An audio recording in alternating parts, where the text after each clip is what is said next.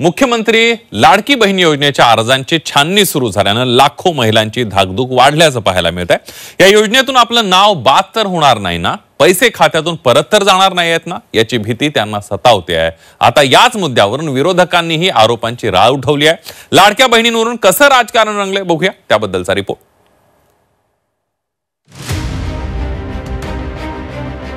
अपात्र लाडक्या बहिणींचे लाड बंद होणार?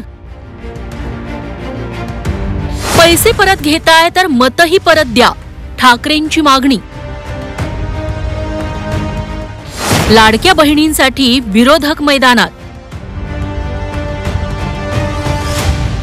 राज्यात पुन्हा सत्तेत येण्यासाठी महायुतीला लाडकी बहीण योजना गेम चेंजर ठरली। या लाडक्या बहिणीच्या जादूनं महाविकास आघाडीचा सुपडा साफ झाला। मात्र आता सत्तेत आल्यावर महायुतीनं याच लाडकी बहीण योजनेतील अर्जांची छाननी करायला सुरुवात केली आहे। यात अपात्र आणि एका वेळी अनेक सरकारी योजनांचा लाभ घेणाऱ्या महिलांचे अर्ज बाद होणार आहेत। यावरून आता विरोधकांनी रान उठवलंय। मुख्यमंत्री लाडकी बहीण योजनेत घोटाळा झालाय आणि निवडणूक जिंकण्यासाठी हा प्रकार होता, असा गंभीर आरोप खासदार संजय राऊतांनी केलाय। आम्ही लाडका बहिणींमुळे जिंकलो असं सरकारचं म्हणणं आहे। मग आता ज्यांचे पैसे तुम्ही परत घेणार आहात त्यांची मतही परत द्या। हा विषय जो आहे अत्यंत गंभीर आहे। यात फार मोठा घोटाळा झालेला, निवडणुका जिंकण्यासाठी झालेला हा प्रकार होता। भविष्यामध्ये ही योजना राहील की नाही मला शंका आहे। राज्य सरकारची परिस्थिती आता भीक मागण्यासारखी झाली आहे। मत घेताना निकष नव्हते, मग आता का, असा सवाल काँग्रेस नेते विजय वडेट्टीवार यांनी केलाय।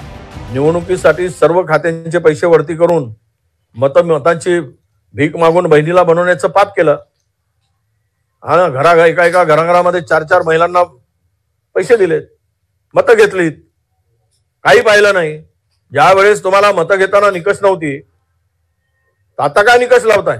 निम्म्यापेक्षा अधिक लाभार्थी महिला यापासून वंचित राहणार आहेत, वगळल्या जाणार आहेत।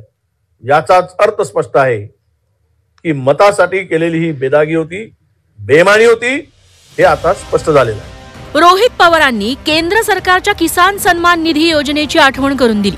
तेव्हाही सुरुवातीला सर्व शेतकऱ्यांना सरसकट पैसे दिले गेले, मात्र नंतर टप्प्याटप्प्यानं 70% शेतकऱ्यांचे पैसे थांबवले। इतकंच नाही तर ज्यांच्या खात्यात पैसे गेले त्यांना ते परत करण्याचे आदेशही देण्यात आले।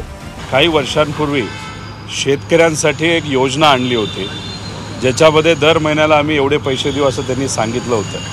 सुरुवातीला सर्व शेतकऱ्यांना पैसे मिळाले, पण टप्प्याटप्प्याने आज जर आपण बघितलं तर 70% शेतकऱ्यांचे पैसे आता थांबलेले आहेत। आता इलेक्शन झालं, बहुमत हे आता भाजपला मित्रपक्षाला मिळालेलं आहे।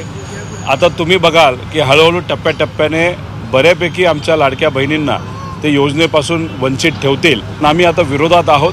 आम्ही आमच्या लाडक्या बहिणींसाठी तिथं भांडू, आणि जर उगाचच नावं कमी केली जात असतील तर मग आम्ही ते होऊन देणार नाही, याची दक्षता नक्कीच तिथं घेऊ।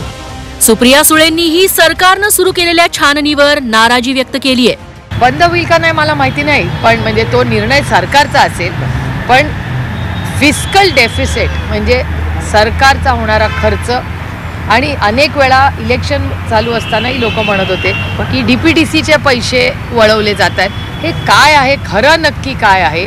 आरोप प्रत्यारोप करण्यापेक्षा मला वाटतं ह्या सगळ्यावर एक व्हाईट पेपर काढून महाराष्ट्राला या सरकार ज्यांना एवढं मोठं मॅन्डेट मिळालंय। विरोधकांच्या या सर्व आरोपांना उपमुख्यमंत्री एकनाथ शिंदे यांनी आता उत्तर दिलंय।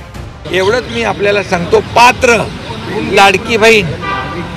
लाडकी बहीण या योजनेपासून वंचित राहणार नाही, बिलकुल राहणार नाही। हा पूर्णपणे त्या लाडक्या बहिणींना मी शब्द देऊ इच्छितो। ज्या लाडक्या बहीण योजनेमुळे महायुतीसाठी सत्तेचा सोपान सोपा झाला, त्याच लाडक्या बहिणींच्या पैशांना पडताळणी आणि नियमांची चाळणी लागतीये। त्यामुळे महायुतीची सत्ता आल्यावर आता लाडक्या बहिणी दोडक्या झाल्याचा सूर विरोधकांमधून निघू लागलाय। जर खरंच ही चाळण मोठी झाली तर घराघरात नाराज लाडक्या बहिणींची गाऱ्हाणीही सुरू होतील, यात शंका नाही। ब्युरो रिपोर्ट, झी 24 तास।